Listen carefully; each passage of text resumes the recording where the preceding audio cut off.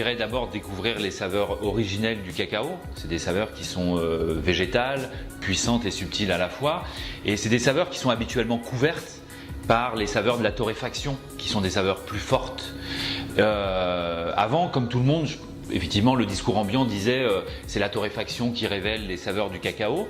Il a fallu que je croque dans ma première fève de cacao cru pour me rendre compte qu'en fait, c'est totalement faux.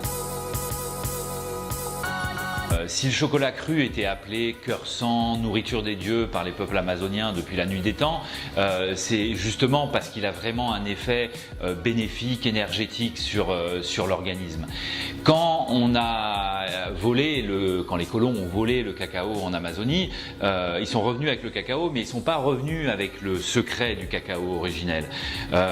Et les chocolats industriels qu'on fait ici sont presque des sacrilèges à toute l'énergie qu'il y a dans le cacao cru. Moi, ce que j'aime et que j'ai envie de partager, c'est vraiment toute la puissance, l'énergie, la joie, la vision que provoque la consommation de chocolat cru.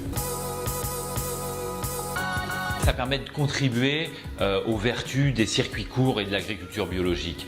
J'ai pas envie d'entretenir les circuits obscurs de l'agro-industrie du cacao.